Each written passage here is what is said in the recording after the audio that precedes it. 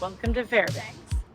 My first impressions of Alaska was from my time in the furthest north city in the U.S. and second largest in Alaska, Fairbanks. It's located less than 200 miles south of the Arctic Circle. This is the city of the midnight summer sun where the sun doesn't set for almost 2 months of the year. How cool is that? My name is Sarah, an adventure solo traveler looking to showcase unique adventures as well as cultural experiences everywhere I go. Make sure to subscribe so you don't miss any of this Alaska adventure.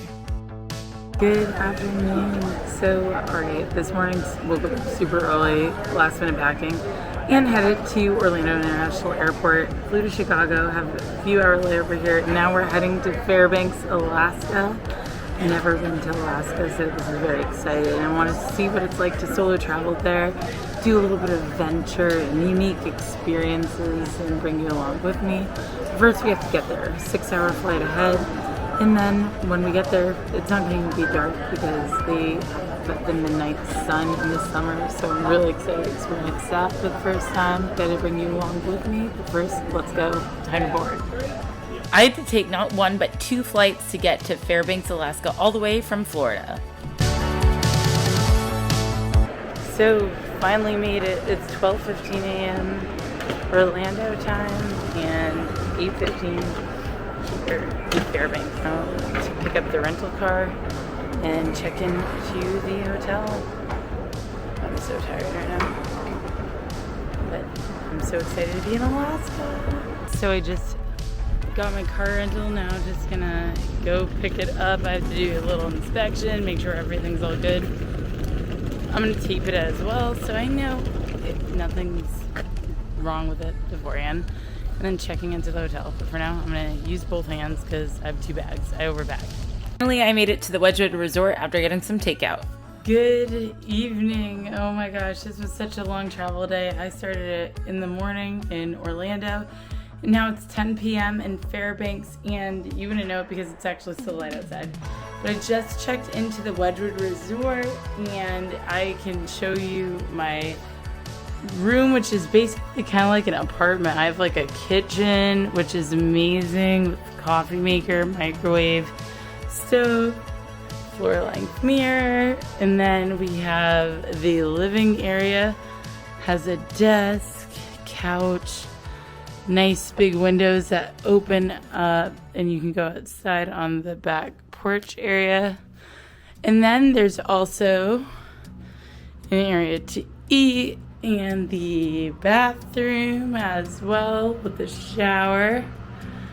And also then we have the room. It definitely gives me that feeling of being in Alaska. And then you have the woods right out back. But yeah, I'm so tired, and to me it's like nuts because it's like sunny outside. The sun is still pretty high up. And yeah, I'm gonna have to definitely close the shades. I'm gonna take a shower, have some food. I got food to go from Panda Express because I'm honestly pooped. I have to wake up early in the morning tomorrow because we are going to be kicking off an adventure with Explore Fairbanks. And I'm excited to take you with me, but wow, I need to get some food in me and then shower and rest up because this is going to be an epic 11 nights, 12 days in Alaska, and I'm so excited to be here in my 42nd state. Honestly, this is amazing. But for now, I need to eat. I was so tired I passed out and woke up the next morning early. Alright guys, just got ready. Good morning. We are at the Wedgewood Resort and I'm about to pack up and leave. Have to go grab something at Walmart really quick because I need some camera gear, and not only that, then we're gonna head off to breakfast to see what Fairbanks has to offer. But for now, let's get heading out. Alright guys, just gonna run and get a bagel. I got a muffin just in case for a snack, but I was suggested to come to Lulu's Bagels and Bread to get some breakfast before the boat tour that we're about to do. Bagels as well as egg sandwich here were amazing, plus they had some really good coffee. Alright guys, this place is for sure popular, Lulu's Bagels. I got it wrapped up to go, but I wanted to open it up here to do it justice. As soon as I pulled in, like nobody was here, and then everybody was literally here. But check this yummy sandwich. They bake the bagels fresh here. I saw the bakery. and this just looks so amazing. Yum. But yeah, I'm heading to the Riverboat Discovery tour, and that's why I have to eat quick and take this on the go with me. But I'm really excited. This is definitely a local spot. On the way here, I went to Bucko's Coffee, which is a drive-in coffee shop. You can just grab a cup of coffee. I got a sugar-free hazelnut latte, which tastes amazing as well. They make drinks here, but I didn't know if I was going to have enough time to come here because they open at 8 a.m. In my tour, I have to be there at 8:30, so literally 15 minutes, but it's a 7-minute drive away, so I wanted to share with you this epic spot. Bite right in. Now this is a good breakfast sandwich. After eating real quick, it was time to head to the Riverboat Discovery, a cruise that takes you down the Chena River. Oh. But here we are. Wow. Riverboat Discovery Tour is something that should definitely be on your list of things to do in Fairbanks. It's an institution owned and operated for 4 generations by the same family, and it teaches you a lot about life in the interior of Alaska. For 125 years. And to start things off this morning, folks, I'd like to introduce you all to your captain, a 4th-generation member of the family, Captain Wade Binkley. Good morning, Captain. Good morning, Skylar, and good morning, everybody. Welcome aboard Discovery 3. It's a pleasure to have you here joining us on just an absolutely beautiful Sunday morning. Okay, so don't be like me and almost miss the free coffee and donuts. These look really good. Coffee and blueberry donuts was definitely necessary as I was getting over jet lag, and they were so yummy. Plus, this tour is awesome because you learn more about the gold rush in the area, as well as the historical nature of the Chena River and some of the buildings and businesses along it, such as the pump house. Finally, we got a little bit of a demonstration from a plane that can land in the water. Nice, slow, easy, gentle landing here. And at this point, he can't actually see the water. He's just operating off instinct and feel. And look at that beautiful touchdown. Hardly any splash. Sure, he bounced for a second there, but this is Alaska. Anything you can walk away from is a 10. 88 Alpha, good morning. What a beautiful day to be out in the air. Chris, how was the plane for you? Yeah, beautiful. It's hot already. Gosh, we're Alaskans are finicky. We don't like it when it's too hot. After the plane demonstration, we learned about Susan Butcher, who won the Iditarod 4 out of 5 times. It was awesome to learn from her daughter and see the kennel where her dogs are raised. Alright guys, we're here on the riverboat. This is so cool. We're about to go to the Chena Village. So far we've seen where they train dogs for dog mushing and the Iditarod race, and now we're just heading to the village. But this is so beautiful. Let's try the side river. This was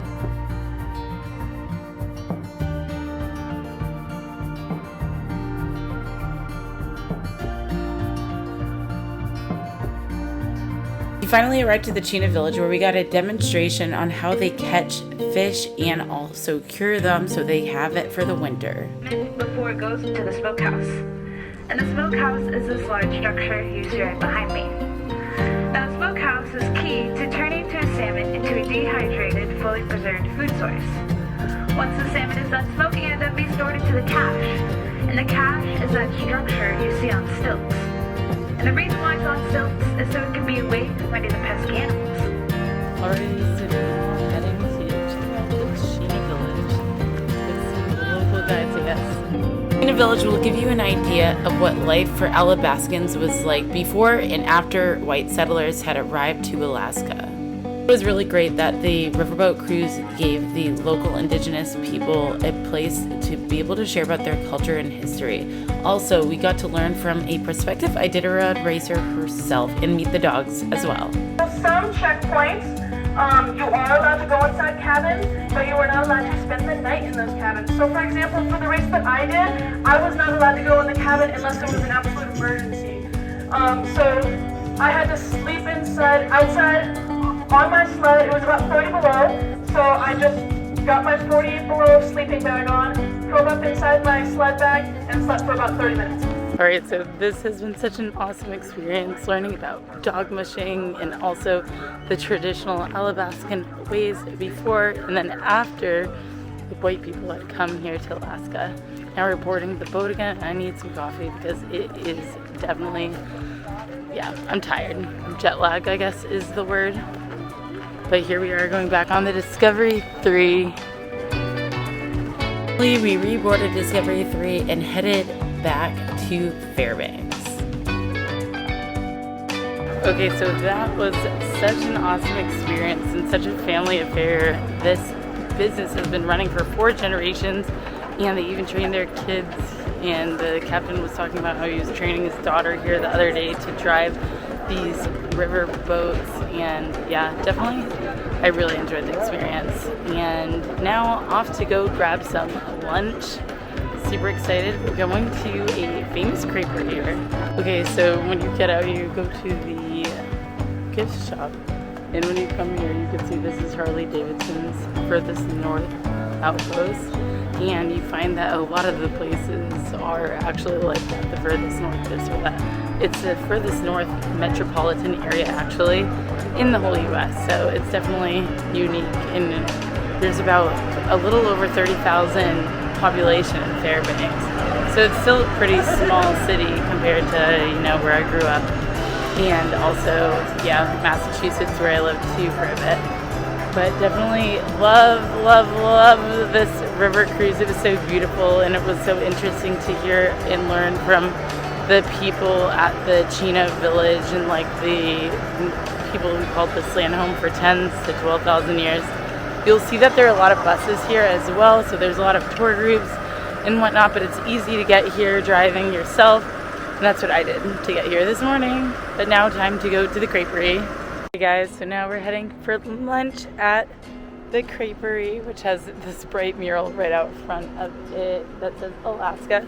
And then I love all the artwork because across the way is one that says Fairbanks, Alaska. And this place looks pretty popular.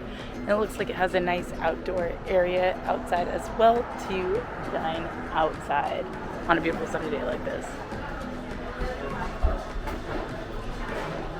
Creperie is so good, and you can tell because this place is popular, especially on a beautiful day. They have an indoor and outdoor patio seated area. I got this amazing savory crepe that definitely filled me up before heading off to go to the Gold Dredge 8 tour. Gold Dredge 8 is actually a part of the National Registry of Historic Places in the U.S. Here you can learn about the Alaska Pipeline from a guided tour and also about the historic Gold Dredge 8. You even take a cool little train out to get there and have the option to go gold panning as well. Timing of both the River Discovery as well as Gold Dredge 8 tour work out perfectly that you can do them all in one day. Finally, we arrived at the Gold Dredge 8 and learned all about how to gold pan. The first thing you want to do then is drown it with lots of water and begin to stir and shake it up vigorously. You want to get it good and loose. If the water is real mushy, pour the dirty water out, put fresh water in so you can see what you're doing. Get it good and loose. See, the water and the agitation helps create a void or a space between all the sand and stones and allows the heavy gold to settle between the spaces at the bottom of the pan. That's where you want the gold to be before anything out here. So, step one is lots of water and lots of shaking. Get after it vigorously. You want to hear the stones rattle and grind in that pan. This is rock and roll, baby.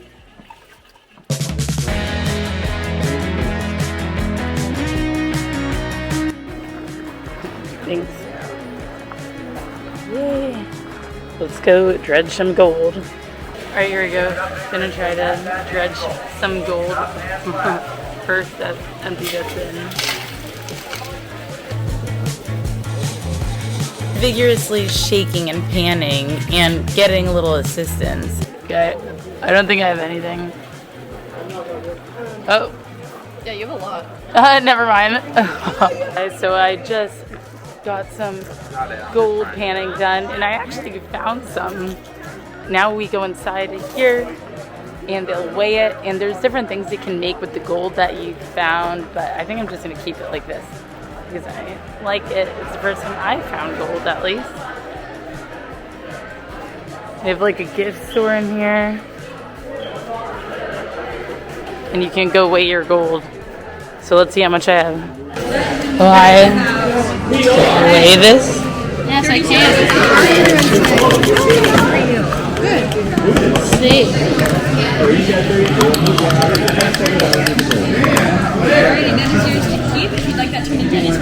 Alright, so I'll make down the menu.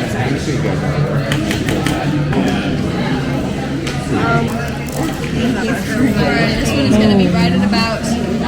You're all good. Alright guys, so I have about 6.2 grade of gold, and she said it is about $37 worth of gold that I found here, which is pretty cool.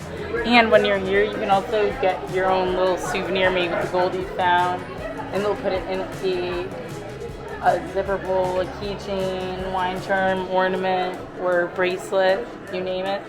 They have that as an option, which is pretty cool.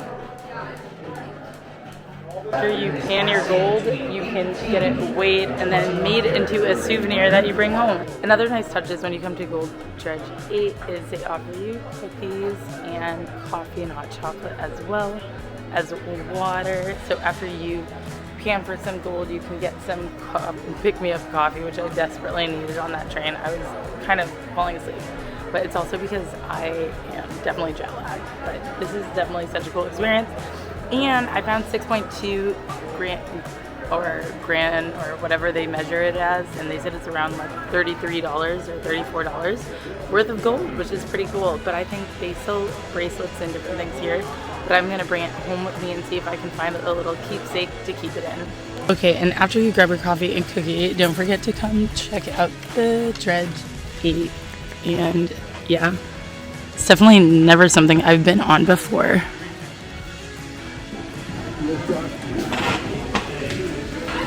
One thing that's nice is that it's at least colder in here.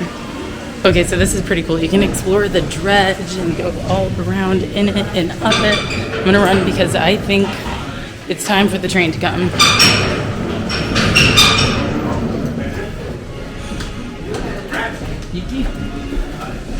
The gold is locked heavy.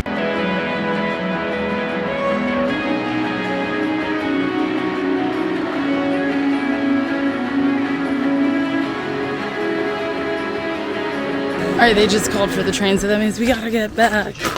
Do you not want to be left out here in the sea? I doubt they'll leave us, but yes, it was definitely unique to be able to see what a dredge is like. I've done a little bit of panning in some places, but this was definitely the first time that I found a significant amount of gold, which was pretty cool. They obviously have a huge operation here. A lot of people come here from doing land to sea cruises and different things. But definitely it's been a cool experience so far here in Fairbanks. That was definitely a really informative trip, man, and fun to take this train out there to the Gold Dredge 8, learning all about the gold mining rush that happened here, and honestly all the gold that's still here. Dredging is obviously not really environmentally friendly, so there's other ways that places mine now. And yeah, it's just definitely very interesting to see what way of life has come and gone in terms of the gold mining era and the gold rush that brought so many people to Alaska. And now we're going to the Alaska Coffee Roasting Company.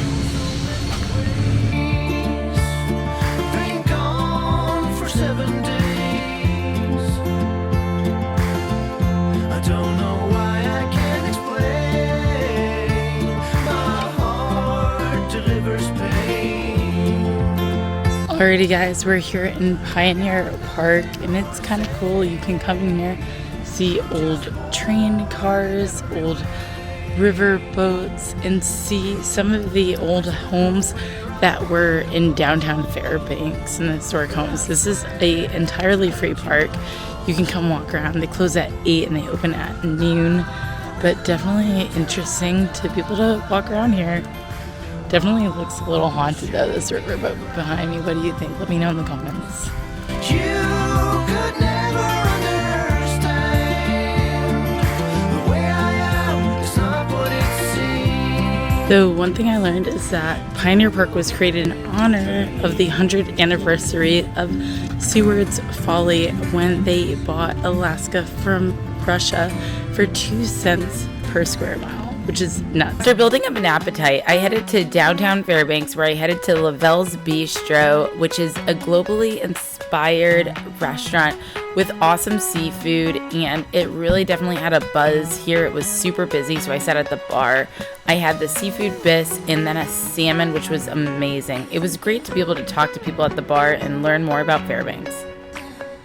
Next morning, I woke up bright and early and headed to Espresso Yourself, another coffee stand. I love them. They have them absolutely everywhere in Fairbanks, and I was heading to go to Running Reindeer Ranch. Running Reindeer Ranch might be one of the most unique things you do while you're in Alaska. It was started by Jane and her daughter years ago, and they brought their Running Reindeer Ranch to life. Today you can take walks through the boreal forest with the reindeer, as well as learn about the difference between reindeer and caribou, and learn all about these precious animals. After we learned all about the different reindeer and their personalities and got acquainted with them, we were off to go explore the boreal forest and take a walk with them. Hi.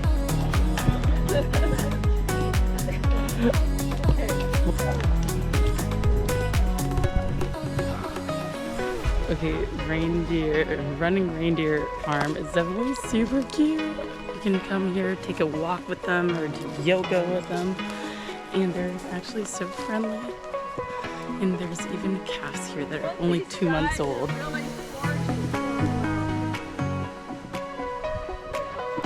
It was so nice that we could see 2 baby reindeer, as well as see their special relationship with Jane when she called them. I couldn't believe how well they listened to her.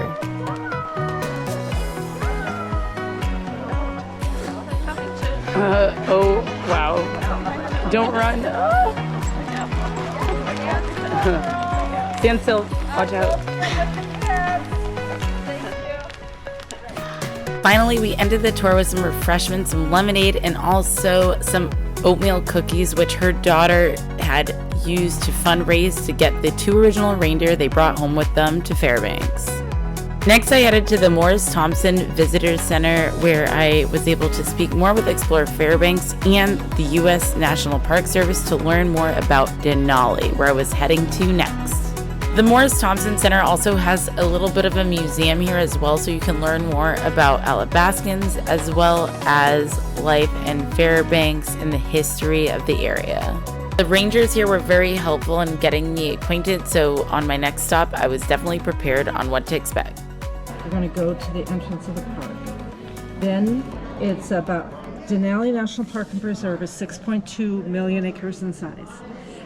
It's slightly smaller than the state of Massachusetts. Oh, wow. There's one main road here, and it goes about 93 miles.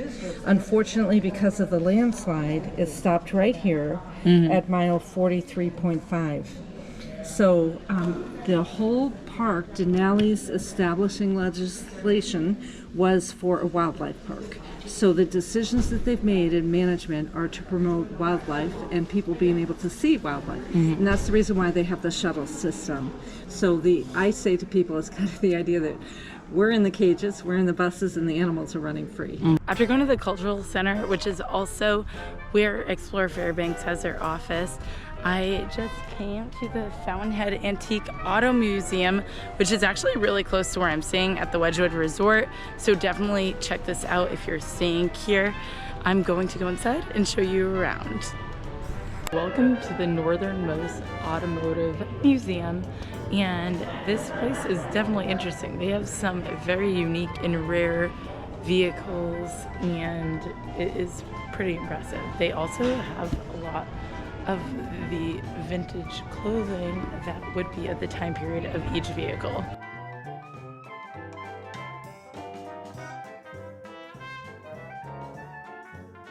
Okay, we also have Alaska's first snowmobile on the skis, the Snow Flyer. I was not sure what to expect, but this is so cool to see cars like this. This is a Ford, and to see some of the original Cadillacs, plus seeing dresses like this. I love this dress, honestly. I would wear it in a heartbeat. Check this out in the vehicle. Look at that bag. Definitely really cool. If you like fashion and cars, definitely come here. This is very unique. I haven't been to something like this before, honestly. And I was not expecting this in Fairbanks, but I have to go quickly. But this looks probably from like the Flappers era, but I would totally wear this even now.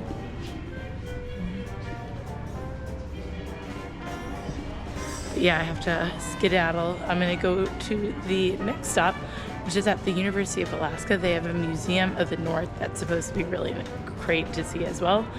And then afterwards, I might have some free time, so who knows? Maybe I'll go to the North Pole. Just kidding. But you never know. We're close to the Arctic Circle here in Fairbanks. It's only 120 miles away.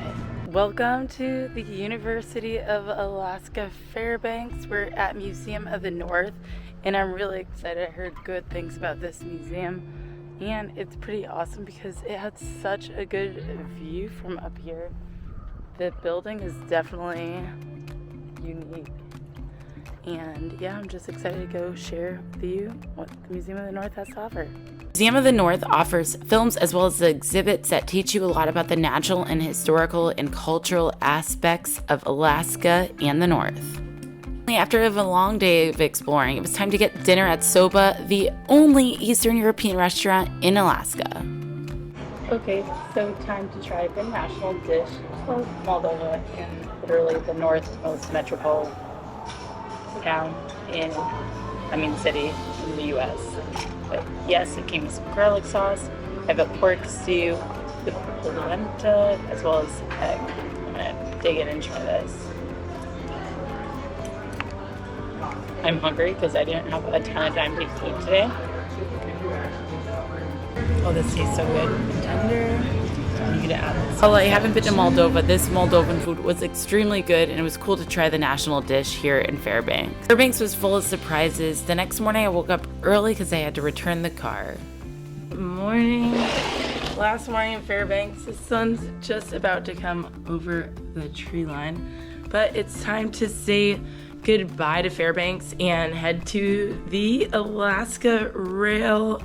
We're heading to Denali today, just making sure I've gotten everything. But so far, this apartment style accommodation has been awesome. Honestly, I've been able to relax after exploring during the day and just have the views of the trees behind me, which are amazing.